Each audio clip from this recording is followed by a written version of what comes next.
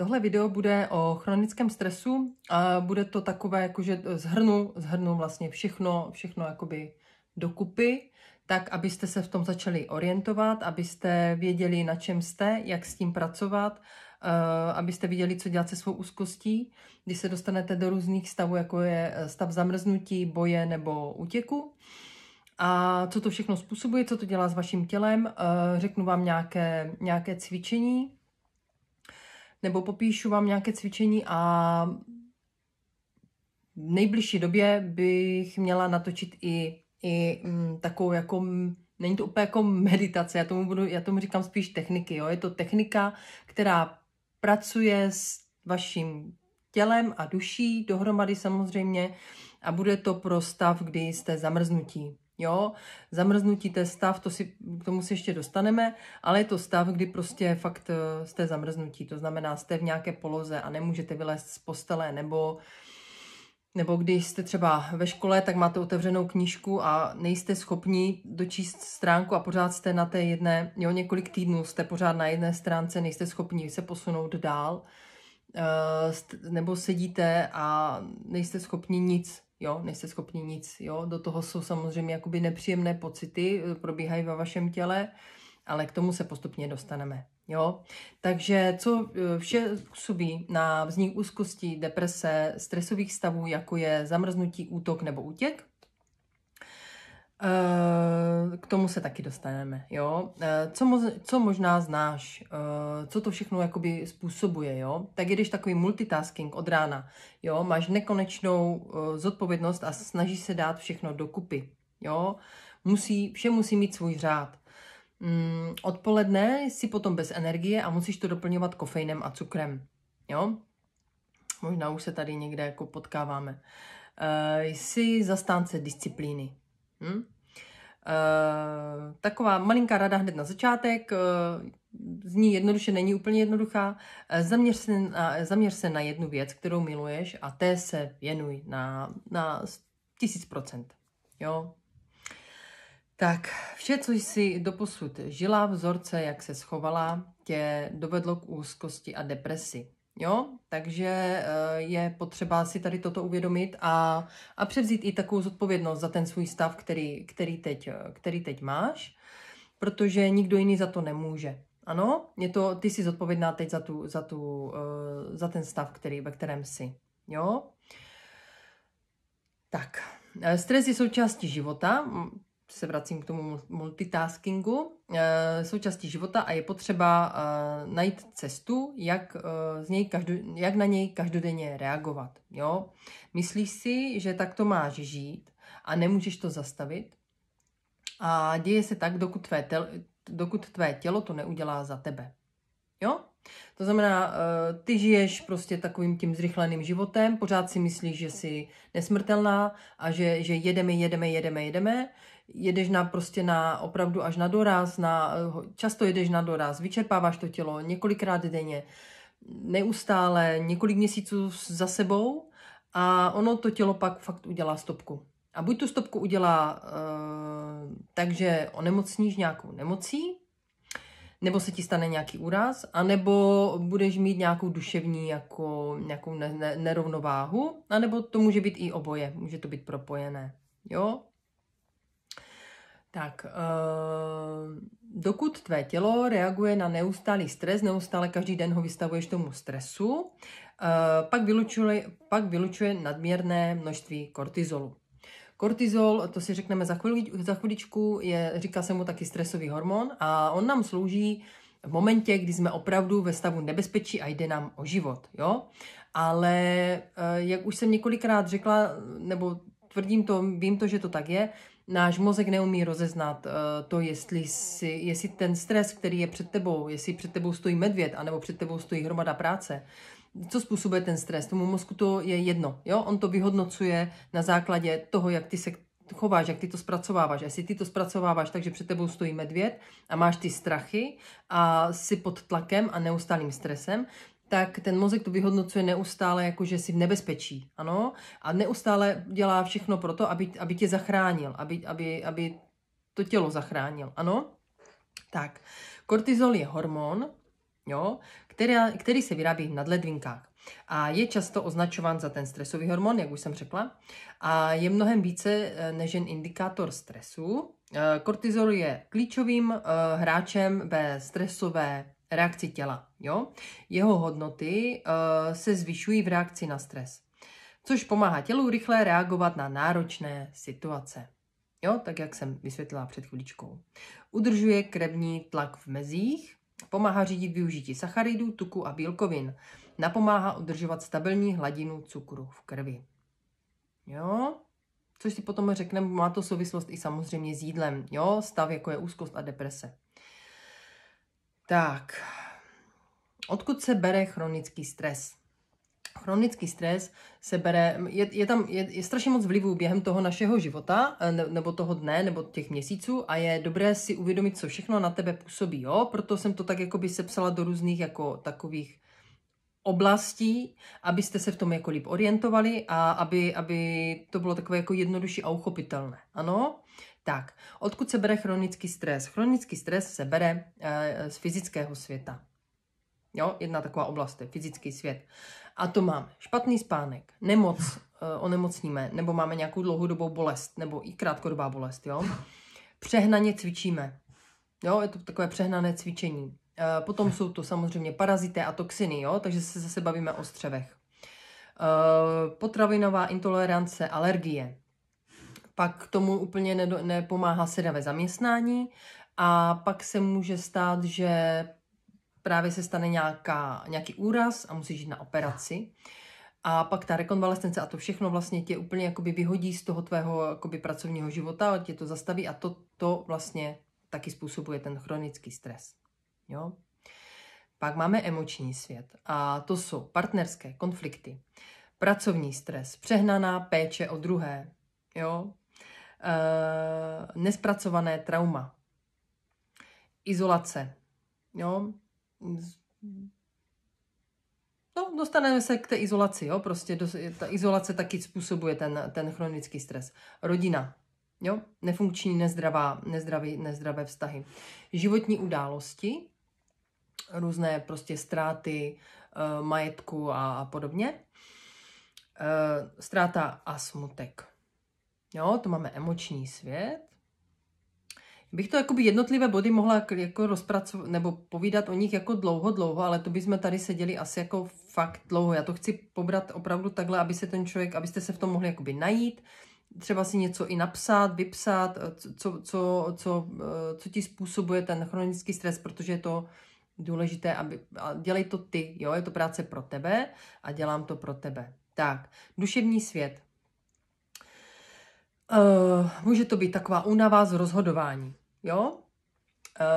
Zase ta únava z rozhodování je zase přílišná, vychází z té přílišné zodpovědnosti, jo? Perfekcionismus. Taky jsem byla perfekcionista, jo?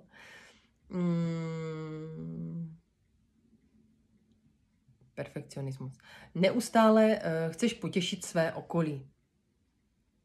Strašně vyčerpávající, jo? Pak to jsou samozřejmě negativní myšlenky, které neumíš zastavit. To se rozjede prostě jenom ráno na tebe někdo hukne a už máš celý den prostě se ti rozjedou ty neuronové spoje, které se jmenují strach, stres a prostě už ti to tam jede celý den až do večera a nemůžeš usnout a třeba se v tom motáš i několik dní, nebo týdnů, jo? Pak to jsou různé vzory, třeba od rodičů, nebo vzor babička, děda, které nejsou úplně jako dobré, a nebo je to takový ten vzor toho rodu, jo, jak to jakoby přebíráme z toho rodu, jo, to taky trošku se zkus nad tím zamyslet, je to takové zajímavé, můžeš si přijít na nějaké odpovědi třeba, jo.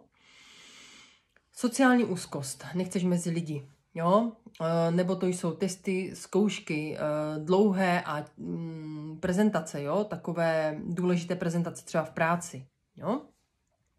Tak, dáváš si toho najednou hodně na talíř, jo, pořád je to takové, já to všechno zvládnu, jo, tak. Pak máme hormonální svět a to je premenstruační syndrom, těhotenství, menopauza a hormonální nerovnováhy. Tak. Teď ještě vám řeknu další vlivy, které na nás působí a které působí na to, že propadáme tomu chronickému stresu. A zkuste si teď napsat, co nejvíc vás napadne. Já budu to říkat pomalu, budu to nějak rozvíjet dál a vy si vemte tužku a papír a zkuste si to psát. Jo? Takže je to vliv prostředí. Prostředí má na nás obrovský vliv. Obrovský vliv a někdy je to tak, že prostě opravdu z toho prostředí musíme uniknout, aby jsme se uzdravili. Jo? Je to prostě nutnost. Jo? Někdy je to nutnost. A proto se stává třeba, že když lidé jsou vytržení vlastně z toho jejich světa a jsou odvedeni do nějakých léčeben, tam jsou v nějakém prostředí, které je vlastně ideální k tomu, aby se mohli uzdravit, tam je nějakým způsobem jakoby opraví a teď je vrátí zpátky do toho prostředí, ve kterém onemocněli, tak jsou tam, kde byli a proto oni se pořád vrací. Jo? Je to takový kolotoč. Jo? Neustálý kolotoč. Tak. Takže vliv prostředí.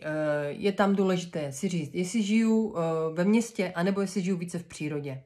Jo? Jestli když přijdu domů, tak cítím takovéto bezpečí domova. To je strašně důležité, jo? Jakože jdete domů a cítíte tam to bezpečí a není to pro vás jako stres. Ano? Tak, potom míra hluku. Míra hluku obrovský jakoby působí, takže jestli žijete někde v centru města, kde to opravdu dlouho do noci prostě slyšíte, já vím, že ono si to podvědomě si na to zvyknete, ale právě, sice podvědomě, pak už to nevnímáte, ale vědomě to nevnímáte, ale pořád to tam jede a má to vliv na ten chronický stres. Ano? Tak, to samé hluk a osvětlení, jo? Teď jsme se bavili o hluku, tak to samé má osvětlení. Pokud žijete v prostředí, kde je nepřirozené světlo, třeba v práci máte nepřirozené světlo celých 8,5 hodin nebo víc hodin, a pak jdete do toho centra, kde je to pořád osvětlené, jo? Tak musíte zatahovat závěsy a je to taková ta tma absolutní, což není taky přirozené, tak to taky takhle působí, jo? Další věc, která působí, je, že máte všeho plnou, jo, prdelku. Takže když mám všeho plno, moc, všechno mám, na co si vzpomenu, tak to taky působí nedobře, jo? Tak, pak máme sociální vliv. Jsou to různé světové události, které se dějí a my to sledujeme a působí to na nás nehezky, vyvolává to v nás strach, zprávy samozřejmě, sociální média, závislost na sociálních médiích, na telefonech, politika, diskriminace a předsudky. Jo? To všechno působí na ten chronický stres. Pak tam máme další vliv a to je existenciální. Je to taková nejistota z budoucnosti. Strach, že selžu. Strach ze selhání. Ztráta smyslu života. A může to být i duchovní hledání. Jo?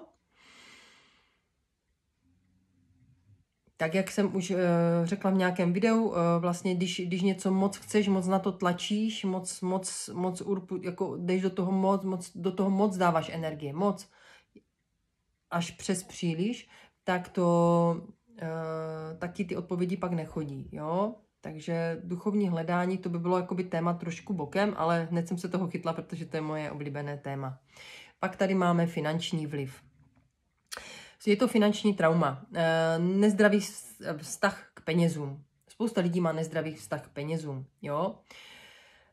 Už je to jenom o tom, že vlastně když jdeš do práce, kterou nemáš ráda, nebo nemáš rád, a bereš za to ty hnusné peníze, jo? Je to takhle to máš v hlavě spojené, zkus nad tím popřemýšlet, jo? Jdeš do práce, kterou nemáš rád a tím pádem děláš to jenom pro ty peníze a ty peníze jsou už pošpiněné tou prací, protože ji nemáš rád, jo? Je to takhle propojené, opravdu je, jo? Pak tam může být takové stres z toho, že máš pocit, že nevyděláš třeba dost na zaplacení účtu. Jsou to různé půjčky, úroky, daně, poplatky. A pak třeba investování, jak investovat, jestli investovat, do čeho investovat. Pak samozřejmě s tím souvisí utrácení, jo? Jak moc utrácíme. A taky, jak moc spoříme, jestli jsme schopni něco uspořit. A to všechno bych tak nazvala jako nějakou peněžní mentalitou. Ano? Takže to je dobré taky si tak jakoby srovnat, urovnat, udělat si v tom takovou jako inventuru a tak nějak jakoby tohle uklidnit. Ano? Tak. Teď se vrátíme k tomu kortizolu. Jak to, teď jsme si probrali ten vliv a teď si řekneme kortizol. Jak to vypadá, když máš vysokou hladinu kortizolu? Když máš vysokou hladinu kortizolu, tak jsi unavená, máš poruchy spánku, abnormálně přibýváš na váze, máš zvýšenou chuť k jídlu, na cukry a na slané, špatně se koncentruješ, máš slabou imunitu, vysoký krevní tlak, máš výkyvy nálad, tvoří se ti lehce modřiny a trpíš takovou svalovou slabostí. Ano? Tak. Nízká hladina kortizolu, zvyšující se únava během dne a problém stát z postele třeba, jo? Závratě, chuť na slané, nízký krevní tlak, mozková mlha, zvýšená citlivost na bolest, deprese, úzkosti, oslabená imunita a ztráta vlasů. Mozková mlha, k tomu se jenom vrátím, abych to vysvětlila. Mozková mlha je to, že si nemůžeš vzpomenout, třeba je poledne a ty nevíš už, jakoby, co bylo ráno, co jsi měla ráno na snídani. Jo? A je to úplně takové, že prostě, je to, jak se říká mozková mlha, je to takové jako zamlžené, všechno máš v takové mlze. Jo? Takže mozková mlha. Pak máme kolísavou hladinu kortizolu. Je to střídání vysoké energie a únavy, problémy se spánkem, výkyvy nálad, nepravidelný menstruační cyklus, časté noční buzení, zažívací problémy, chutě na sladké a energetické poruchy. Tak. Chronický stres způsobuje chaos v našem těle a způsobuje taky takzvaný domino efekt. Co znamená domino efekt? Domino efekt je, že vlastně naše prostředí, vnitřní prostředí, homeostáza, jo, je takové jako vyrovnané, když jsme v takovém tom flow režimu, to si řekneme taky potom později, v jakém můžeme být těch režimech, tak když jsme v tom flow, tak všechno tak krásně proudí, jo, jsme v klidu, nejsme nikde stažení, jsme uvolnění, nemáme žádné křeče, srdce nám buší pravidelně, jo, a podobně. Prokrvují se nám končetiny, dýcháme, hlas máme sytý, nemáme ho takový ukuňkaný, nízký, nemáme možnost zvýšit hlas, protože to nejde, protože to tady všechno stažené, ano. Takže co způsobuje ten domino efekt? Když se stane nějaký disbalans v tom těle, ano, tak se to rozhodí vlastně pak všechno. Jo? A opravdu pak to trvá nějakou dobu, než se to zase všechno sladí dokupy, ale jde to, jo. Je potřeba to vždycky nějakým způsobem jako uchopit a co je důležité a co vám chci říct, že vždycky je ta cesta, vždycky, jo, můžeš se ze všeho dostat, ze všeho se můžeš dostat, jenom prostě musíš chtít, vyber si jednu věc, o které víš, že ti funguje, nebo nějakého člověka si vyber, a který ti sympatický a s ním pracuj, ale 100% dej do toho všechno, protože jsi 100% jistá, že to je ta cesta, která tě vyvede z toho ven, jo. Nelítej prostě po všech čertech a tam to zkusím, to nefunguje, protože jsem to zkusila jenom krátkou dobu, jo. Nie, to mi udělalo špatně, takže to je blbé, to brát nebudu, jo. A takové různé jednoduché, krátkodobé rozhodnutí, které uděláš, aby ses jako uzdravila, nepomůžou, ještě ti víc tě vlastně prohlubujou v té úzkosti a v té depresi a prohlubujou ten chronický stres a neblahý vliv na naše tělo, jak fyzické, tak duševní. Ano? Tak. Takže klíč číslo 1, jak se dostat z takových úzkostí, depresí, z chronických stavů. Je důležité, aby jsme si vybalancovali krevní cukr. Jo? Tak. Potřebujeme jíst kvalitní potraviny. Když říkám kvalitní potraviny, myslím opravdu kvalitní potraviny. Takže jsou to, jako vybírejte, nemusíte jíst maso přece každý den. Jo? Stačí, když ho jíte obden nebo ob 3 dny, jednou týdně, 2krát týdně.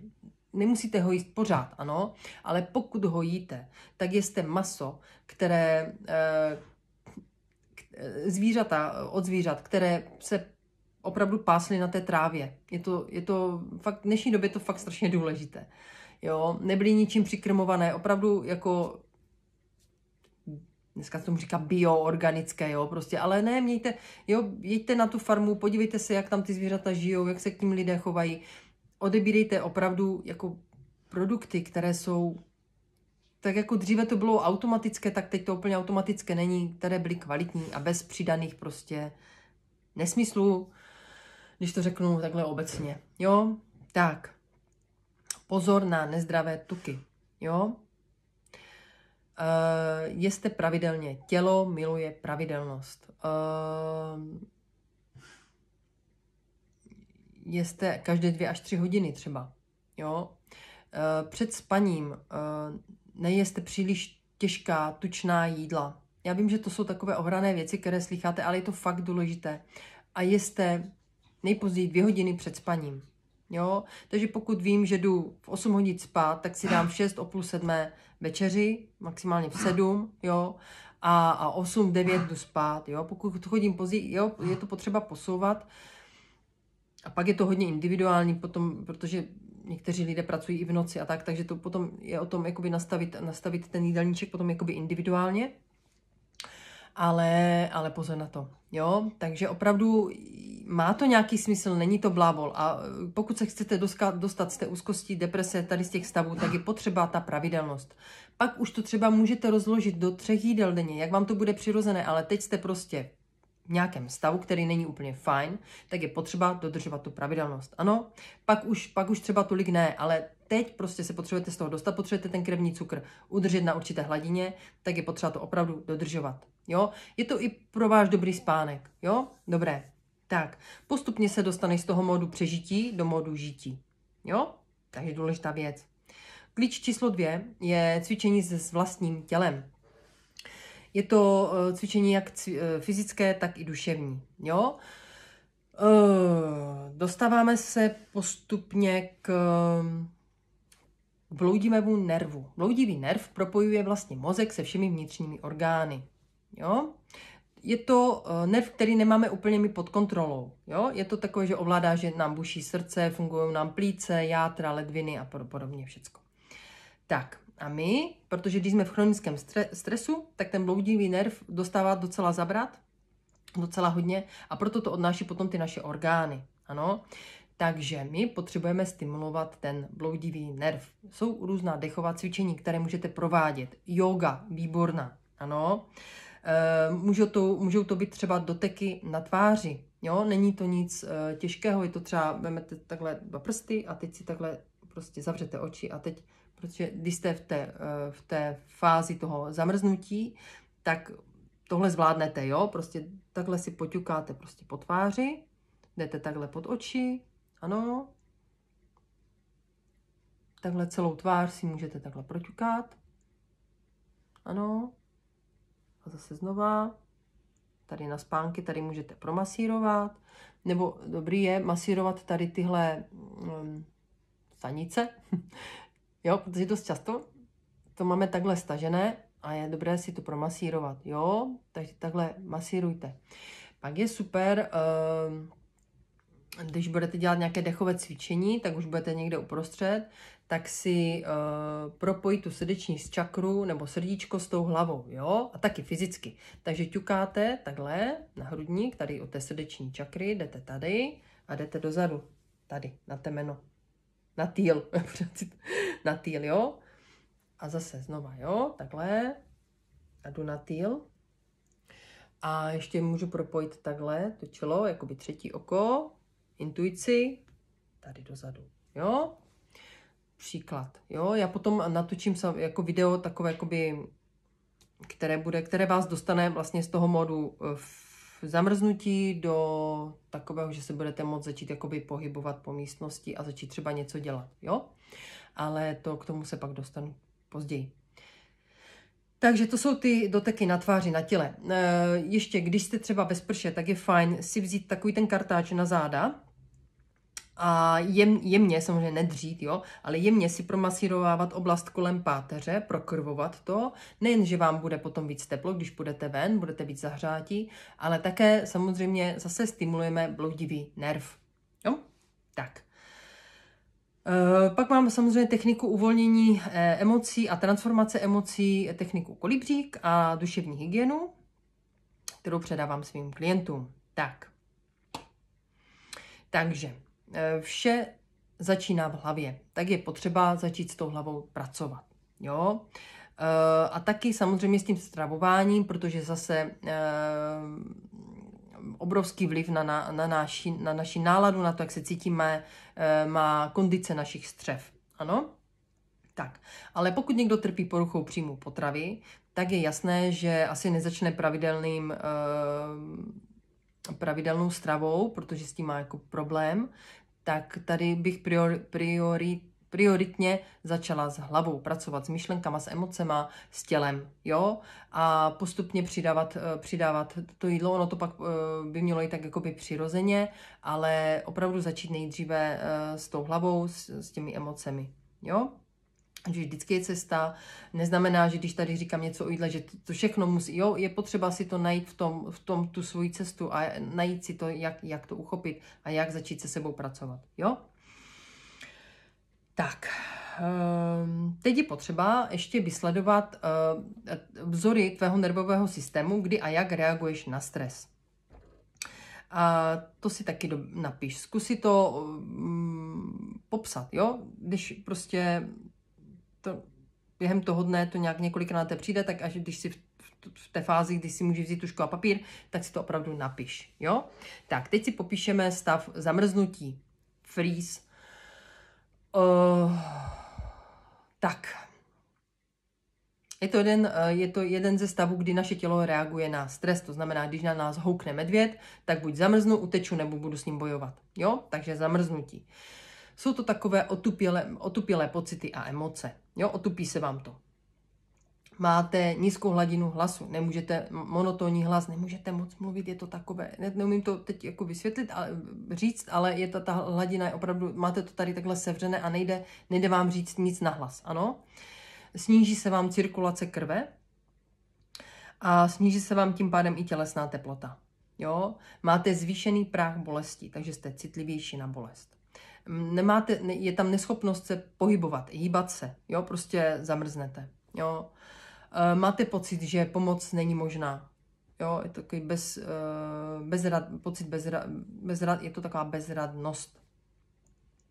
Procházíš beznadějně v takové pasti, jo, připadají si v takové pasti, je deprese, jsou tam pocity hanby, jsou tam pocity i na sebevraždu, nebo možná i pokusy, najednou se vám spustí pláč nebo slzy, vám tečou takhle. Máte pocit těžkého fyzického těla a pocit izolace. Jo, se zvyšuje samozřejmě. Pak máme další, a to je útok, fight. Máte takové jako úzké vidění, sevřené ramena a šíje. Srdce vám buší o závod. Svraštělé obočí, buď takhle nebo takhle. Horká tvář, jo, protože samozřejmě, jak vám srdce buší o závod, tak cirkulace krve se samozřejmě zrychlí a zvýší. Zaťatá čelist, to říkají tady toto. Napjaté ruce a nohy, takže dostanete se do takového, jo, prostě útok. Krev vám proudí do končetin, normálně to cítíte, jak vám to takhle proudí prostě v žilách. A vám můžou takhle jakoby stočit i prsty jako u nohou, jo, jakože jste připraveni prostě se rozběhnout. Tak, já vám pak můžu říct jeden příklad, kdy jsem se dostala do takového stavu, kdy opravdu jako, byl to jako stavné, jakože bych trpěla tady tou úzkostí, ale že prostě opravdu to tělo se takhle aniž nekontrolovaně dostalo do toho stavu útoku, kdy prostě začal útočit pes, jo, na nás. A prostě opravdu všechno tady to, co jsem vám teď jakoby řekla, tak ty fyzické, neměla jsem to vůbec pod kontrolou a najednou prostě jsem šla s termoskou proti obrovskému Kavkazákovi a nakonec jsem ho zahnala, ale potom, když jsem jakoby šla za tou naší skupinou, tak jsem nebyla schopna je dojít, protože mě se úplně podlamovaly nohy, jo? Protože v tu chvíli vám to tělo vydá strašně moc té energie, vyletí vám ten adrenalin a to všechno prostě je, a vy jste úplně v takovém, že byste fakt máte obrovskou sílu a energii a prostě fakt zastrašíte snad všechno. A tak podařilo se naštěstí. Tak. Pak máme další a to je útěk, kdy jste ve stavu takové bdělosti, jo? Nejste schopni jako spát. Máte pocity strachu, úzkosti a paniky. Máte takové zrychlené myšlenky, závodí, jo? Ty myšlenky, střídá se vám to tam v té hlavě, jo? Široké zornice, oči do kořán, zúžené vidění a sucho v ústech a sevřený hrudník, tady to máte takové sevřené. Mělký dech, nemůžete se pořádně nadechnout a buší vám srdíčko. Máte pocit takových prázdných střev, jo, že vám tam tak kručí, takové prázdná střeva. Můžete se začít i třepat, jo, je to takové jako chvět až třepat. Jste citliví na světlo a na dotek. Máte takové skokové pohyby, protože potřebujete jakoby rychle prostě utéct, že jo. Napjaté svaly ulítek, protože jste v tom módu útěku. Otupělé, anebo naopak otupělé a zamrzlé chodidla. To znamená, je myšleno tak, že necítíte je tolik, ano. Nemáte tom tolik cit, jo. Takže vám je jedno, přes co třeba běžíte. Jestli běžíte přes kameny, nebo přes ostny, nebo přes žhavé úliky, jo. Prostě. Tak.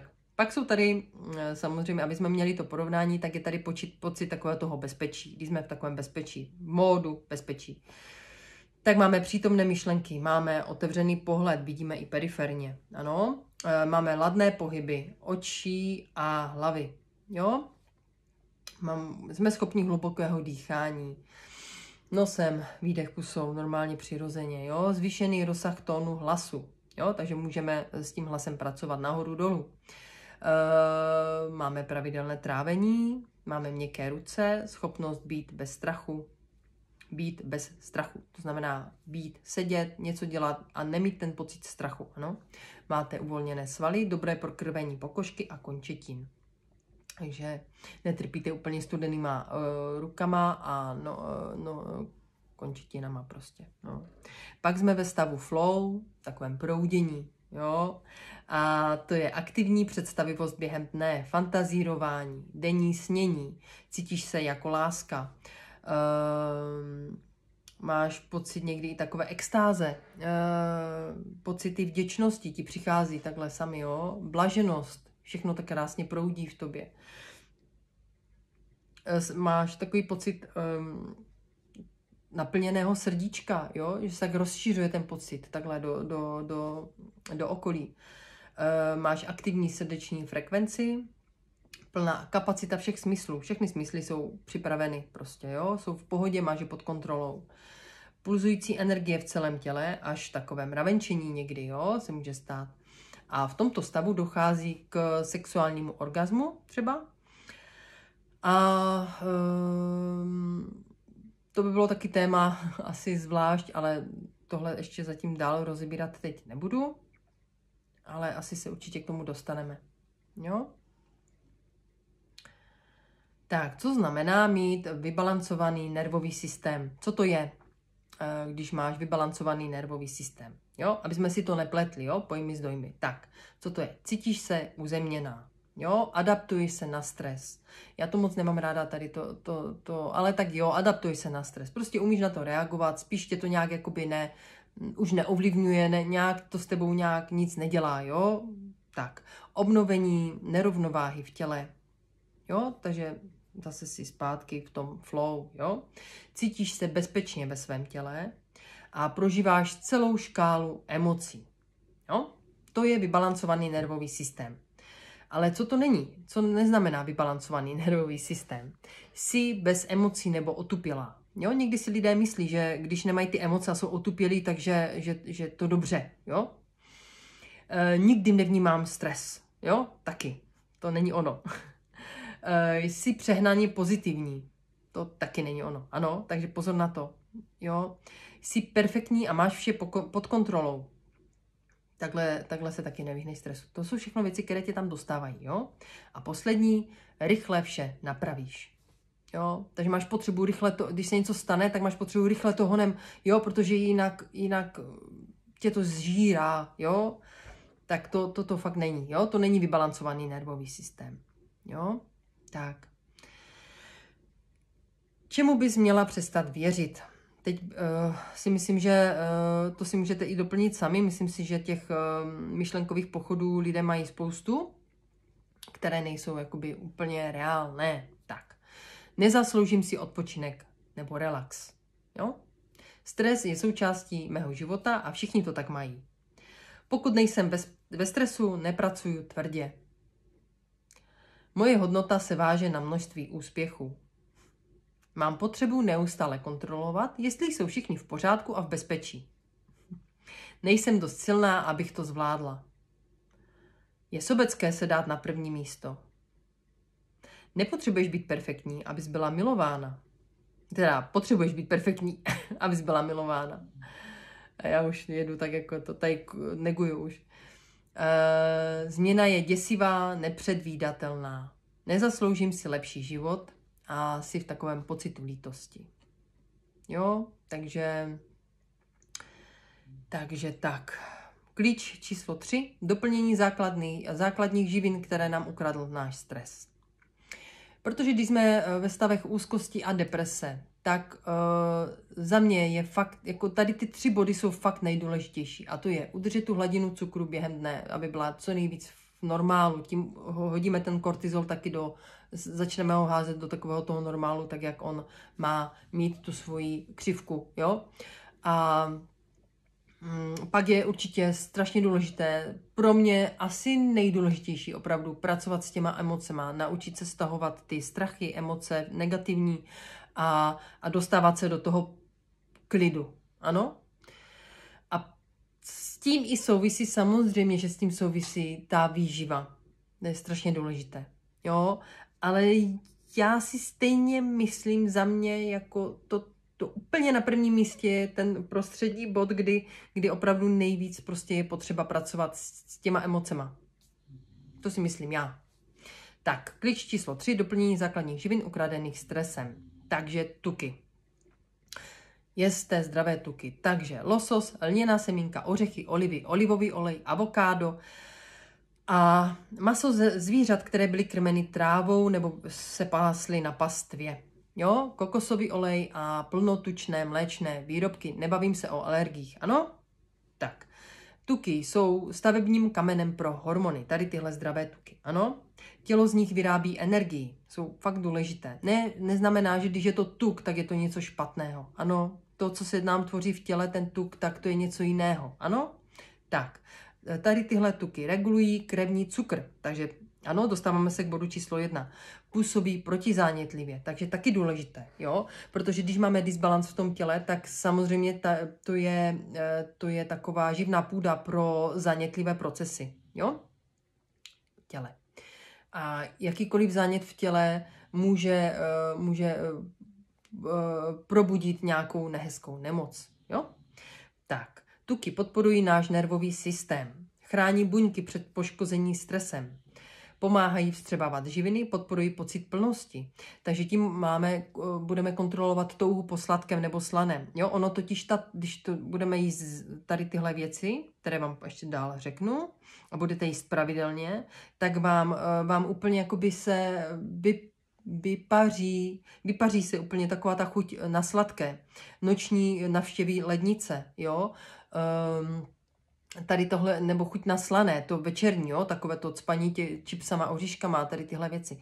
Takže to všechno se takhle pak jakoby vypaří, jak pára na hrnce a vy ani nebudete vidět, jak se to stalo, najednou prostě ty chutě tam nebudou, jo, není potřeba to řešit, když to budete dodržovat, opravdu dám ruce do ohně, tohle vymizí, jo, za to dám klidně ruku do ohně.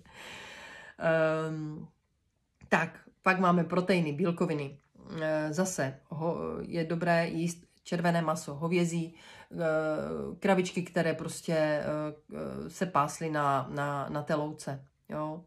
Zase drůbež z volného chovu, tak stejně i vajíčka nebo mléčné výrobky. super je, když máte možnost jíst ryby, které žily volně, ne v nějakých sádkách nebo chovech. Jo?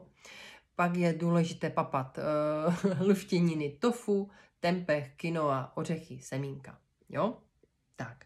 Zkuste se zaměřit na 20 až 30 gramů bílkovin na jedno jídlo během dne. Jo? Jeste pravidelně. Rozložte si příjem bílkovin do celého dne. Jo? Nejenom jakože ráno sacharidy, v poledne bílkoviny, večer salát jenom. Jo? Rozložte si ten příjem do celého dne, aby to opravdu, bylo na tu vaši váhu. Myslím, že to je 1,5 až 2 gramy, to záleží, jak moc jste fyzicky aktivní, jak jste staří, ale 1,5 až 2 gramy na kilo vaše tělesné váhy. Takže když vážím 70 kg, měla bych jíst třeba 100 až 140 gramů bílkovin. Já teď nejsem si jistá, si to říkám správně, si to dobře pamatuju, já myslím, že tak nějak to bylo. Jo?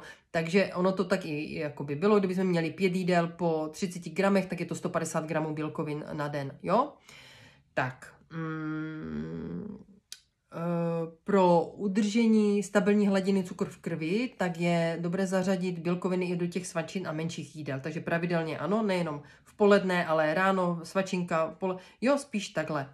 Kombinujte bílkoviny s vlákninou a zdravými tuky pro stabilitu krevního cukru a sytosti. Jo? Zase odpadne ta chuť na to sladké nebo slané. Jo? Zase vláknina velmi důležitá, protože živí zase důležité mikroby v našich střevech. Jo? Zkuste tu vlákninu do sebe dostat přirozenou stravou.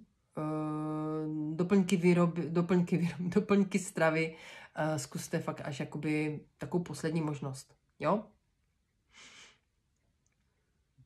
Když jste v takovém stavu úzkosti nebo deprese, opravdu začněte s opravdovým jídlem a nedávejte tu sílu a energii nějakým preparátům. Jo? To můžete dát potom, až budete stabilnější, až budete to, tak můžete si tam přidat, jo? Takovou dobrutku nějakou do toho, ale opravdu začněte to s tou stravou, opravdovou stravou. Jo? Doplňky výroby neříkám, že ne, doplňky stravy neříkám, že ne, ano, ale hodně lidí to má tak, že si to koupí a na tom to postaví celé. Jo, ne, postavte to celé na tom jídelníčku, na duševní hygieně a na stravě, kterou do sebe dostanete, jo, a na těch střevech. Jo, to jsou nejdůležitější věci, prosím.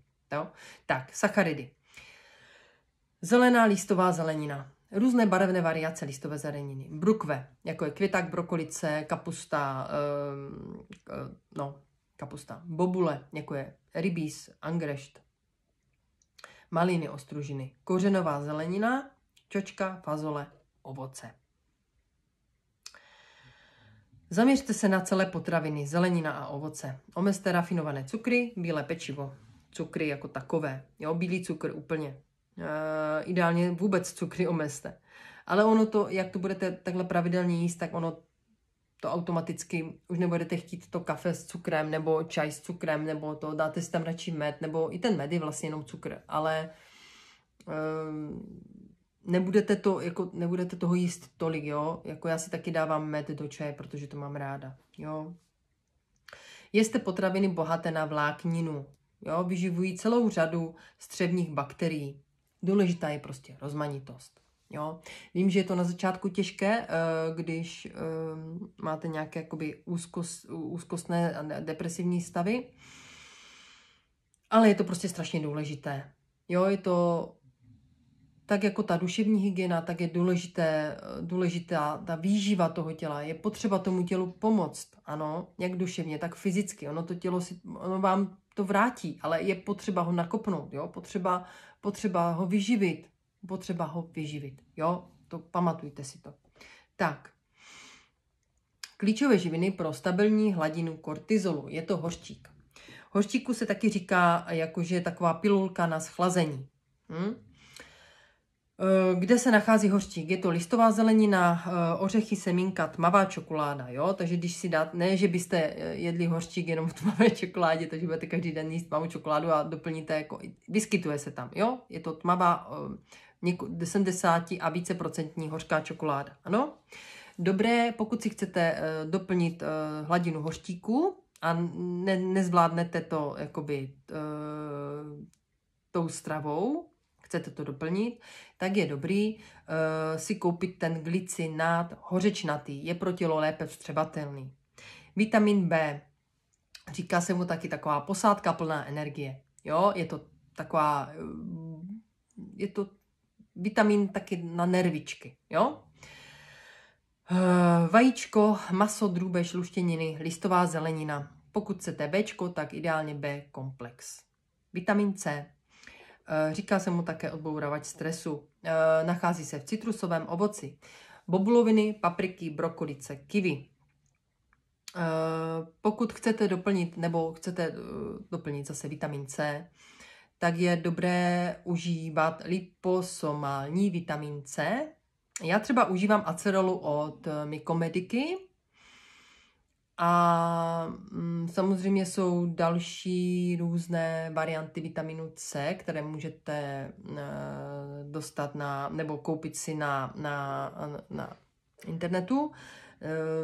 Není špatné, co jsem koukala, nějaké věci od nich taky mám, ale ne úplně, co se týče nějakých doplňků stravy, tak je Brain Market a Goodies CZ, nemají špatné věci, ale já frčím nejvíc na Mykomedice, TopVet, teď si říkají Green Idea, a pak takové ty bylinky různé na tinktury a to mám moc ráda. Jo, tak. Zinek posiluje imunitu. Tak, ústřice. Jo, tam obsahuje hodně zinek, ale samozřejmě já třeba ústřice bych nedala nikdy do úst. Takže ústřice, jo, je tam zinek. Červené maso, drůbeží, fazole, ořechy, celá zrníčka. A pokud si chcete koupit zinek, tak zinek v chelátové formě. Ano? Tak. Další fajn věci je ashwagandha. Ashwagandha je chutná jako řeka Ganga. Jo, je to fakt hnus, takže pokud máte možnost, tak ashwagandhu si kupte v nějakých kapslích. Nebo někomu to třeba chutná, jo. Je to prostě, pro mě je to, kdybych jedla to bláto z té řeky nějaké prostě, jo. To je jako hnusné. Ale je to adaptogen, který pomáhá tělu snížit hladinu kortizolu. A adaptujeme se na stres. Pomáhá tu adaptaci, jo, na ten stres. Takže ashwagandha, ano. Rhodiola rosea, rozchodnice růžová. Další adaptogen. Zlepšuje energii, snižuje únavu a zlepšuje odolnost vůči stresu. Holy basil, bazalka indická. Taky adaptogen. Reguluje kortizol a podporuje relaxaci.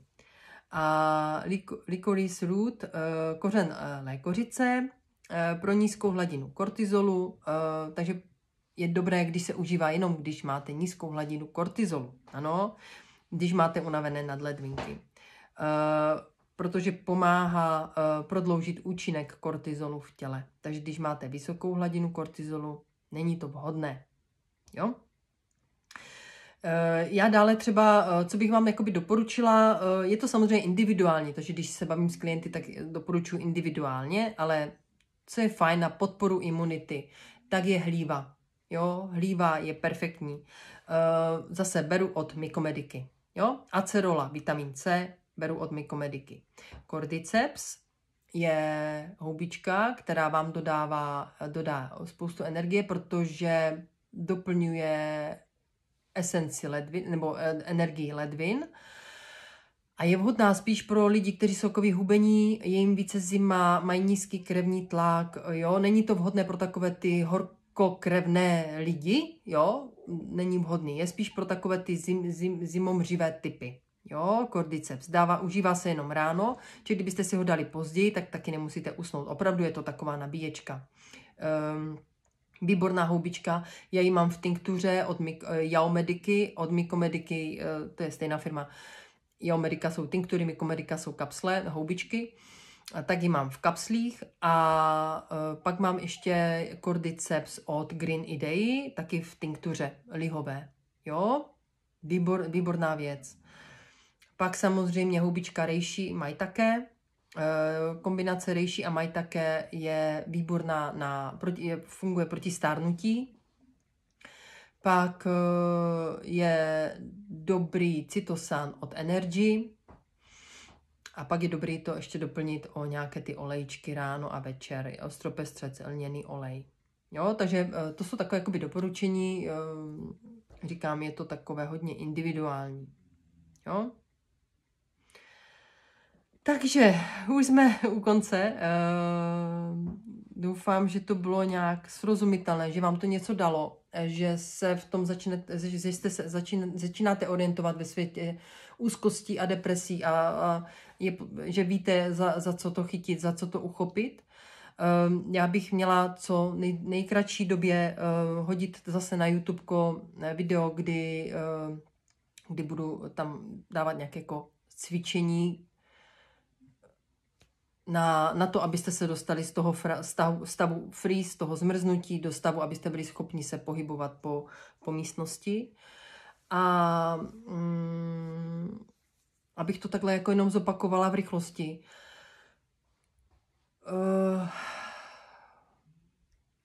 Za co to uchopit?